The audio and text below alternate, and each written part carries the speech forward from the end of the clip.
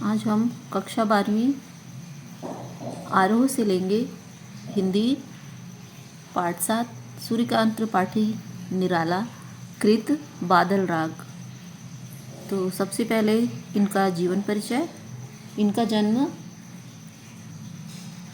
1899 महिषादल जिला मेदिनीपुर बंगाल में हुआ था और इनका पैतृक गांव मतलब इनके माता पिता का जहां गांव था गढ़ाकोला उन्नाव उत्तर प्रदेश था।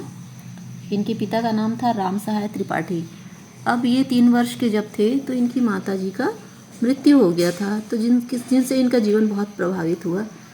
अब ये छोटी उम्र से ही स्वाध्याय मतलब नियमित छात्र नहीं थे, रेगुलर छात्र ना रह के प्राइवेट एग्ज़ाम दिया और कई भाषाओं में इन्होंने ज्ञान प्राप्त किया। इसके बाद इनकी पत्नी युवावस्था में इनकी पत्नी और पुत्री जिनकी मृत्यु हो गई, तो अपने जीवन से काफ़ी ये दुखी थे। तो इन कविताओं में बंगाल विभाजन और अपने जीवन में जो असामयिक घटना जो घटी हैं इनसे काफ़ी दुखी होकर काफ़ी प्रभावित किया है इन्हें जीवन में इन घटनाओं ने। तो इन कविताओं में कहीं ना कहीं इनका जिक्र मिला है। अब इनकी प्रमुख रचनाएं हैं। कविता संग्रह में है अनामिका, परिमल, गीतिका, बेला, नए पत्ते, अड़िमा, तुलसीदास, कुरमुत्ता। फिर निबंध है प्रबंध पद्य, प्रबंध प्रतिमा, चंबुक। कहानी संग्रह है चतुरी चमार, लिली, सखी, अपने घर। और नाटक है समाज, शकुंतला, उषा। उपन्यास अलका, अप्सरा, प्रभावती, निरूपमा, काले कारनामे। इसके बाद छायावाद, प्रगतिवाद और प्रयोगवाद। इनकी जो कविताओं में तीनों मिलते हैं और ये कलकत्ता में रहे बंगाल में, तो इनकी जो काव्य संग्रह है या जो भी है कविताएं, इनमें हिंदी तत्सम शब्दों का बहुत सारा प्रयोग हुआ है, बंगला, उर्दू और अंग्रेजी शब्दों का भी प्रयोग हुआ है। अब हम आते हैं इनकी कविता बादल राग। जैसा कि पाठ का शीर्षक है बादल राग, बादलों का राग। तो बादल क्या बोलते हैं यहाँ पर इनकी कविताओं में मानवीकरण किया गया है। बादल को एक वीर कहा गया है, बादल को वीर कहा गया है। और जो अमीर वर्ग है ये कितने थर्रा जाते हैं और गरीब जो होते हैं, जो सुकुमार पौधे होते हैं, इनको गरीब कहा है। तो कितने बादलों की गर्जना से प्रसन्न होते हैं, इस कविता में इनका जिक्र किया गया है। अब पाठ शुरू करते हैं। तिरती है समीर सागर पर, अस्थिर सुख पर दुख की छाया, जग के दग्ध हृदय पर निर्दय विप्लव की प्लावित माया। यह तेरी रण तरी भरी आकांक्षाओं से, घन भेरी गर्जन से सजग सुप्त अंकुर, उर में पृथ्वी के आशाओं से नव जीवन की ऊंचा कर सिर ताक रहे हैं ए विप्लव के बादल। यहाँ पर सुख को अस्थिर कहा गया है। ऐसा लगता है कि सुख आया और चला गया, इसलिए अस्थिर है। किसकी छाया मंडरा रही है? दुख की। तिरती है समीर सागर, समीर हवा, सागर समुद्र। तो तैर रही है, क्या तैर रही है? सुख पर दुख की छाया। बादलों को क्या कहा गया है? नौका।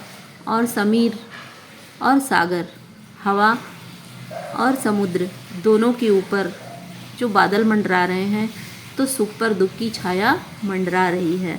निर्दय विप्लव की प्लावित माया, यह तेरी रण तरी भरी आकांक्षाओं से। प्लावन होना, बहुत तेज बहाव, प्लावित होना। तो जग के दग्ध हृदय पे, इस जग में जो दुखी लोग हैं उनके ऊपर निर्दयी विप्लव की प्लावित माया क्या हो रही है? तैर रही है। रण तरी भरी आकांक्षाओं से, घन भेरी गर्जन से।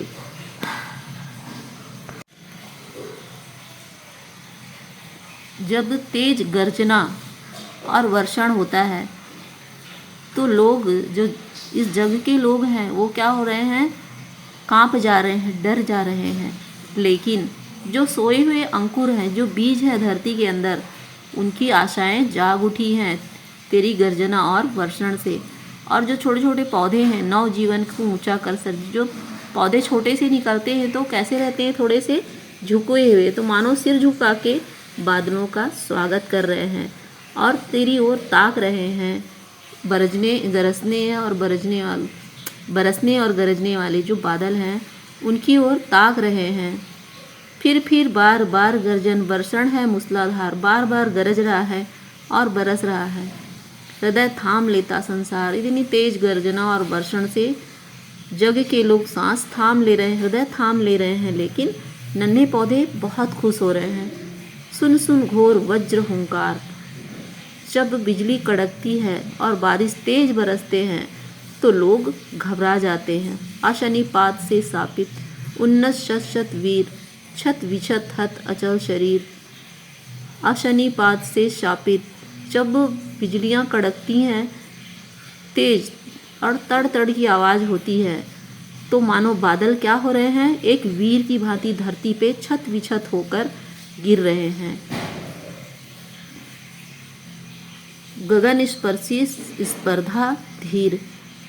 आसमान से को छूने वाले जो बादल हैं इन्हें वीर कहा गया है और ये छत विछत होकर धरती पे गिर रहे हैं।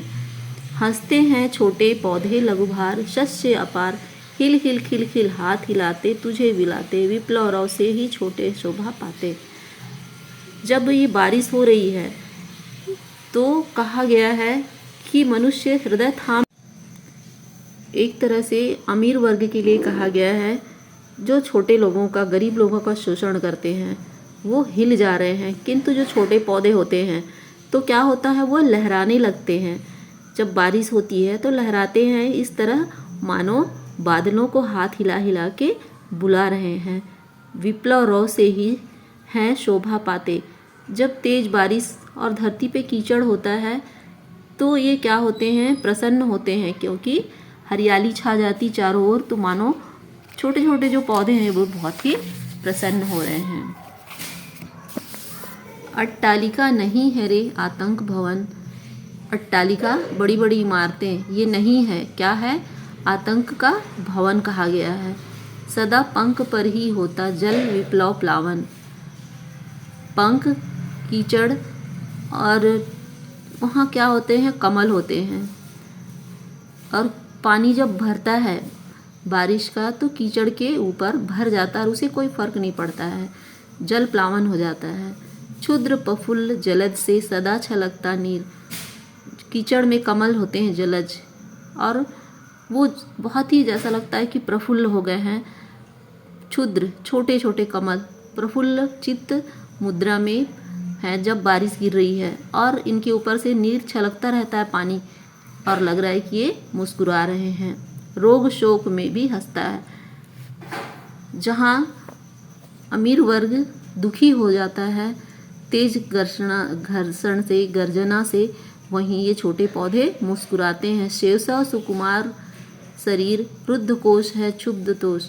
जो छोटे छोटे पौधे हैं वे बहुत ही प्रसन्न, इनका जो सुकुमार शरीर, कोमल शरीर है, वह इस तेज आंधी और बारिश में भी बहुत ही प्रसन्न होता है। रुद्ध कोश है क्षुब्ध तोष, अगना अंग से लिपटे भी। अब जो अमीर वर्ग को कहा गया है, इस तेज वर्षण और गर्जना से वह डर गए हैं, घबरा गए हैं, और अपने पत्नी के साथ ऐसा लग रहा है वह लिपट गए हैं। आतंक अंक पर कांप रहे हैं और डर के मारे पत्नी से चिपक गए हैं और वह थर थर कांप रहे हैं। इन धनी वज्र गर्जन से बादल। आतंक से कौन कांप रहे हैं, धनी वर्ग। गर्जना वज्र, जैसे लग रहा वज्रपात हो रहा है जब गरज रहे हैं बादल। त्रस्त नयन मुख ढांप रहे हैं। जीर्ण बाहु है शीर्ण शरीर, तुझे बुलाता कृषक अधीर। ए विप्लव के वीर, चूस लिया है उसका सार, हाड़ मात्र ही है आधार, ए जीवन के पारावार। त्रस्त नयन, मुख ढांप रहे हैं, त्रस्त हो गए हैं। धनी वर्ग से ये त्रस्त हो गए हैं। कौन? छोटे किसान, कृषक, और अधीर होके तुझे बुला रहे हैं। जीर्ण बाहु है शीर्ण शरीर, बहुत ही कमज़ोर शरीर है उनकी और उसके हाथ तुझे बुलाते हुए से दिख रहे हैं। ए विप्लव के वीर, ए वीरता के प्रतीक बादल, ये कमज़ोर कृषक वर्ग तुझे बुला रहे हैं और बारिश के लिए बेकरार हैं। चूस लिया है उसका सार, हाड़ मात्र ही है आधार। इनका सारा जो खून है अमीरों ने चूस लिया है, सिर्फ हाड़ हड्डी, हाड़ मात्र ही है आधार। मात्र शरीर में हड्डियां ही बची हुई हैं। ये जीवन के पारावार, जीवन को पार लगाने वाले बादल, तुझे ये जीर्ण शीर्ण शरीर वाले कृषक प्रसन्न होकर बुला रहे हैं। तो पाठ का सारांश ये है बच्चों कि इस पाठ में अमीर वर्ग के ऊपर वज्रपात करने क्रांति के वीर बादलों को क्रांतिवीर कहा गया है, आ रहे हैं, जिससे वो थरथरा गए हैं। किंतु छोटे जो पौधे होते हैं, छोटे पौधे और छोटे गरीब किसान, ये बहुत ही प्रसन्न हो रहे हैं। बड़े बड़े भवनों में, अट्टालिका में रहने वाले जो हैं थरथरा रहे हैं कि कहीं वज्रपात से कहीं कोई नुकसान ना हो जाए, टूट फूट ना हो जाए, हम छत विछत ना हो जाए। और जो छोटे पौधे हैं वो बड़े प्रसन्न हैं। जो पानी में कमल खिले हुए हैं वो प्रसन्न हैं। कीचड़ के ऊपर पानी का तो कोई असर ही नहीं होता। मतलब इतने आदी हो गए हैं अमीरों की वेदना सह सह के कि अब इनको आदत सी हो गई है। तो क्रांति के वीर बादल, इस बादल राग के सारांश में यही है। ये पाठ कैसा लगा आप लोगों को ज़रूर बताइए।